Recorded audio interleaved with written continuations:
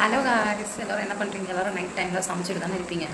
So 8 o'clock ஆகும்போது நான் இங்கே என்ன திரும்ப பண்ணிகிட்ருக்கேன். என் பையன் ஸ்கூல் போகிறதுக்கு நான் உட்காந்து ப்ராஜெக்ட் பண்ணிகிட்டு இருக்கேன். பார்க்குறீங்களா? அது எவ்வளோ ரிஸ்க்கான ப்ராஜெக்ட். பேக் பெயின் முடியல பாருங்கள்.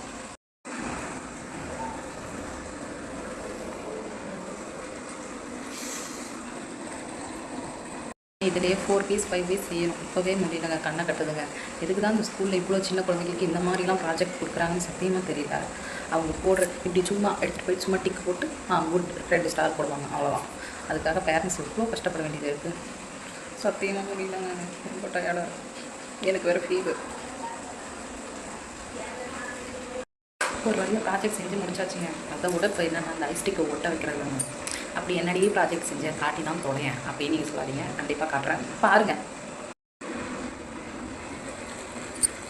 பொடி நல்லா இருக்கா? ஸோ இப்போ இந்த ஐஸ்டிக்கெல்லாம் ஒட்டணுங்க. ஒட்டி ஜாயின் பண்ணி அவங்களுக்கு ஒரு ஃப்ளவர் மாதிரி கொடுக்கணும். எவ்வளோ பெயின் தெரியுமா எனக்கு? Back pain over. ஸோ எங்கே என் பையன் நல்லா படிக்கணும்னா அதெல்லாம் பண்ணி தானே ஆகணும். நல்லா இருக்கான்னு கமெண்ட்ஸில் சொல்லுங்கள்.